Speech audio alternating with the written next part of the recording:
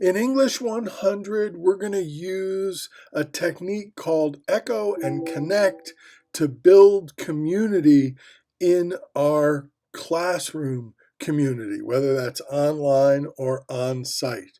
And by Echo and Connect, I mean two very specific strategies that when we use them together, we can communicate to people that we appreciate and respect their thinking, and then use that thinking as a springboard to our own ideas and connections.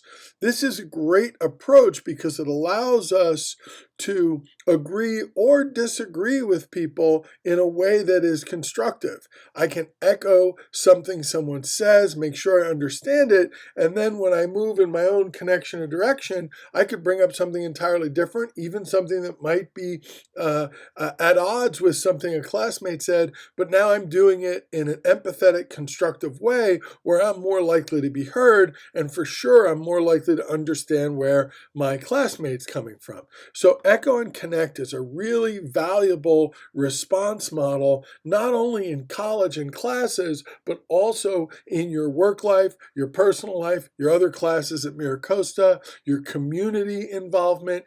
You'll find you can use this again and again. So let's break it down.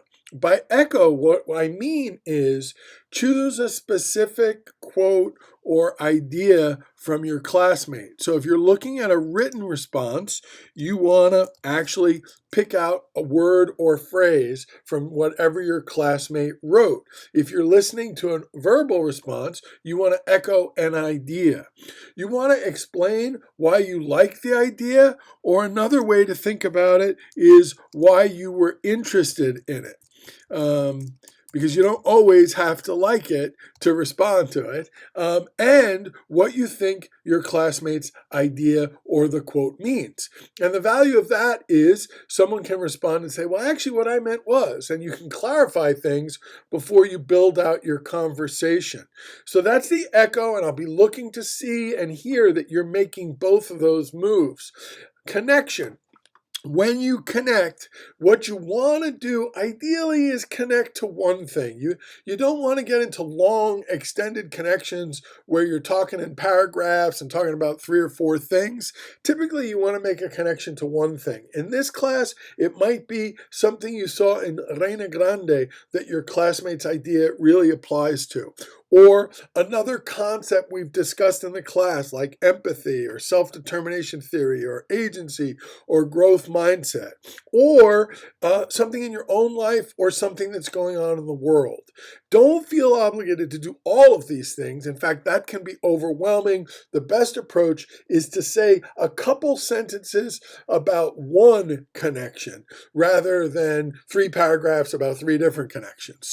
But when we connect, we do want to leave an opening for the person we're connecting to respond and build out. So we don't want to just say one line or a few words. We're looking at 2 to 4 thoughtful sentences that really elaborate the connection we're making and what we're thinking about. So when we echo and connect in writing, we're looking at something that's going to be a short paragraph, a couple sentences where you're echoing, 3 to 4 sentences where you're connecting. So we're looking for an extended response, but we also don't want something that's so long that it kind of takes over the conversation rather than facilitates a sense from the person who posted that you heard them and an opportunity for others to join the conversation. So echo and connect. I'll be looking for these elements in your responses.